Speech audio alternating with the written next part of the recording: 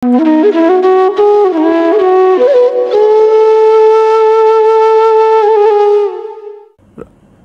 রাসূল সাল্লাল্লাহু আলাইহি ওয়াসাল্লাম কোনো এক যাত্রাপথে নবী মুহাম্মদ রাসূলুল্লাহ সাল্লাল্লাহু আলাইহি ওয়াসাল্লাম তিনি থামতেন আর মানুষের মধ্যে জ্ঞান বিতরণ করতেন, কখনো 10 মিনিট, কখনো 15 মিনিট, কখনো 8 মিনিট, কখনো 7 মিনিট। তিনি শুধুমাত্র সৎ উপদেশ দিতেন, মানুষকে সতর্ক করতেন, সুসংবাদ দিতেন। কোরআন বলছে, ইয়া আইয়ুহান নাবিয়্যু ইন্না আরসালনাকা শাহিদা ওয়া মুবাশশিরা ওয়া নাযীরা। হে রাসূল পাক সাল্লাল্লাহু আলাইহি ওয়াসাল্লাম, নিশ্চয় আমি আপনাকে সকল সৃষ্টিকুলের জন্য সাক্ষ্যদাতা, সাহায্যকারী এবং সুসংবাদদাতা এবং সতর্ককারী রূপে প্রেরণ করেছি। তো এক যাত্রাপথে তিনি কোনো এক জায়গায় তার বক্তব্য দেওয়ার পরে কিছু মানুষ এসে তাকে ঘিরে ধরে এবং তাদের মধ্যে থেকে একজন মানুষ বলে, ইয়া রাসূলুল্লাহ সাল্লাল্লাহু আলাইহি ওয়াসাল্লাম, আমার আপনার কাছে একটি আরজি ছিল, যদি আপনি আমাকে তার উত্তরটা দিতেন। তো রাসূল পাক সাল্লাল্লাহু আলাইহি ওয়াসাল্লাম বললেন যে, বলো তুমি কি জানতে চাও? বলছে, আমি তো খুবই দরিদ্র, আমি খুবই কষ্টর মধ্য দিয়ে, দারিদ্রতার মধ্য দিয়ে আমি আমার সময় পার করছি, তো আমি কিভাবে এই দারিদ্রতাকে জয় করতে পারি? তো রাসূল পাক একই সাথে অনেকের সাথেও কথা বলছিলেন, তিনি বললেন যে তুমি দান করো। তো এই কথা যখন তিনি যার দিকে তাকিয়ে বললেন, তার পাশাপাশি আরও কয়েকজন ছিল, তো কে কাকে বলছে এটা নিয়ে তারা সংশয় বোধ করলো যে আমরা তো গরিব, আমরা কি করে দান করব। এরপরে তিনি কথা বলছিলেন, আবারও তাদের মধ্যে একজন, ইয়া রাসূলুল্লাহ সাল্লাল্লাহু আলাইহি ওয়াসাল্লাম, আমারও একটি জানার বিষয় ছিল, যে বলো যে আমিও কিন্তু অনেক গরিব, তো আমরা কীভাবে এই গরিব ভাবকে জয় করে আমরা কীভাবে অর্থশালী বা বিত্তশালী বা আমরা কীভাবে সম্পদশালী হয়ে আমাদের এই কষ্টময় এই জীবন থেকে মুক্তি পাবো। তিনি আবারও বললেন, তুমিও দান করো। এবার কয়েকজন এক জায়গায় একই এলাকার মানুষ, একইভাবে তারা দারিদ্র সীমার নিচেই বাস করে, তারা ব্যাপারটাকে খুব একটা মনোপুতভাবে নিলেন না।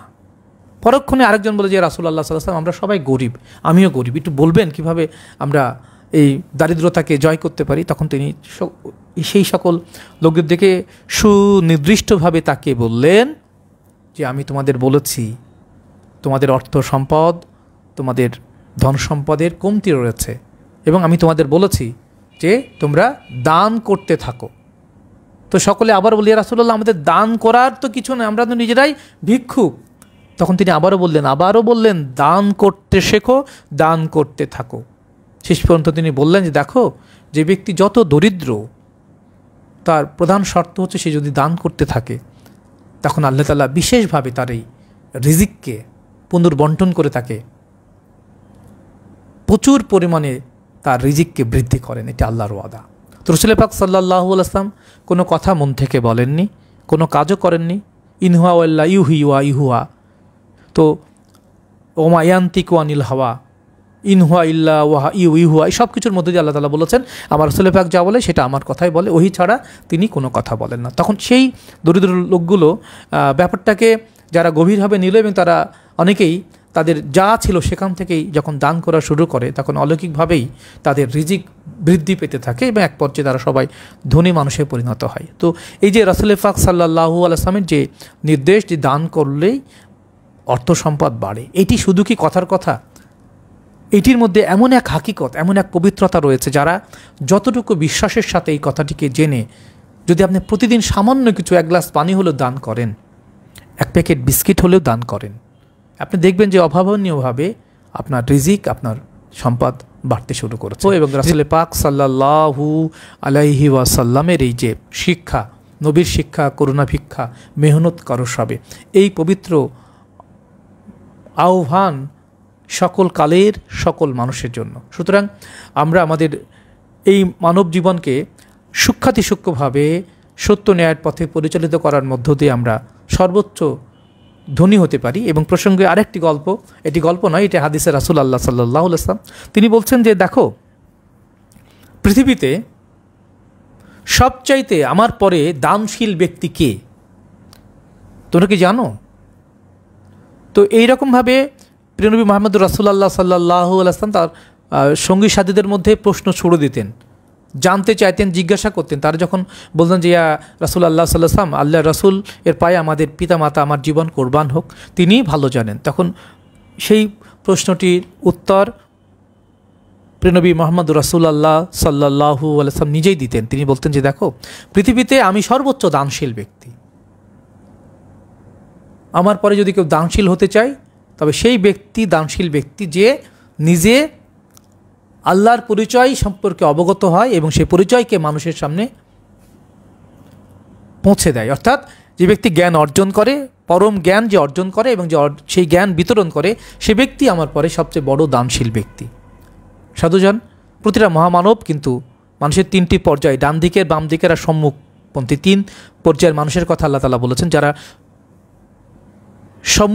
সম্মুখের মানুষ, সম্মুখের দল, যারা নবী রাসূল পীর পয়গম্বর, যারা ডানপন্থী মানুষ, ডান দিকের মানুষ, তারা হচ্ছে তাদের অনুসারীরা। আর বাম দিকে যারা কোনো মহামানবকে মানে না বা কোনো সত্যকে ধারণ করে না, তারা। তো এইভাবেই আপনিও আপনার প্রতিদিনের শিক্ষাকে, দীক্ষাকে আপনি আপনার পরিবার, বন্ধুবান্ধবের মধ্যে প্রতিনিয়ত ভালোর চর্চা, জ্ঞানীর চর্চা, সৎ কাজের আদেশ এবং অসৎ কাজ থেকে নিষেধ করার মধ্য দিয়ে কিন্তু আপনি সফল হতে পারেন। ওয়ালা তাকুম মিনকুম উম্মাতু ইয়াদুনা ইলাল খায়র ওয়া ইয়ামুরুনা বিল মারুফ ওয়া ইয়ানহাউনা আনিল মুনকার উলাইকা হুমুল মুফলিহুন। আল্লাহ তাআলা বলছেন সূরা আল ইমরানে যে তোমাদের মধ্যে একটি দল থাকা দরকার যারা মানুষকে সকল সময় সুযোগ পেলেই সৎ কাজের আদেশ দেবে এবং অসৎ এবং মন্দ কাজ থেকে নিষেধ করবে, তারাই সফল কাম। সুতরাং আল্লাহর দরবারে সফল কাম হওয়ার জন্য আল্লাহ তাআলা অসংখ্য পথ বাতলে দিয়েছেন।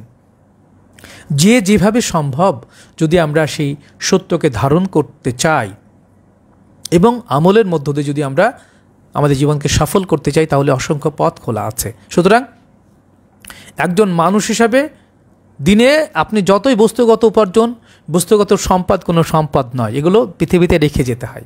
সুতরাং আপনি যদি মহাজাগতিক মহামানবিক সত্যে নিজেকে পরিপূর্ণ করতে চান, তাহলে আপনি ভালো ব্যবহার করে, হাসি মুখে কথা বলে, মানুষকে ভালো কথা, ভালো ভাব, ভালো উপদেশ দিয়ে, ভালো পথে নিজে চলে অন্যকে চলতে সাহায্য করে, অন্যের কষ্টে হাত লাগিয়ে সাহায্য করার মধ্য দিয়ে, অন্যকে হৃদয় দিয়ে ভালোবাসার মধ্য দিয়ে ভালো পথে হেঁটে আপনিও পৃথিবীর সর্বোচ্চ সম্মানিত ব্যক্তিদের সঙ্গে নিজেকে যুক্ত করতে পারেন। কেউ কখনো বলেনি যে আপনার লক্ষ কোটি টাকা, পৃথিবীর সবচেয়ে অর্থশালী, বিত্তশালী হলে আপনি সফল, আমেরিকার প্রেসিডেন্ট হলে আপনি সফল, দেশের প্রেসিডেন্ট হলে আপনি সফল, মন্ত্রী হলে আপনি সফল, আপনার 10-12টা ছেলে মেয়ে সবাই ডাক্তার, ইঞ্জিনিয়ার হলে আপনি সফল। এই সফলতাকে আল্লাহ তাআলা কোনো মূল্যায়নই করেননি, বরং তিনি বলেছেন যে ব্যক্তি তার আত্মাকে পরিশুদ্ধ করলো সে ব্যক্তি সফল। কদ আফলাহা কদ আফলা মান তাযাক্কা। এই সত্য সকলের জন্য উন্মুক্ত। সুতরাং পৃথিবীতে কেন আপনাকে পাঠানো হয়েছে, আপনি কি করবেন, কি করা উচিত, কিভাবে করা উচিত, এই প্রশ্নগুলোর উত্তর আপনারা এই মহামানবিক জীবন আদর্শের এই নানা ধরনের শিক্ষা দীক্ষার মধ্যে, গল্পের মধ্য থেকে কিন্তু আপনি পেতে পারবেন।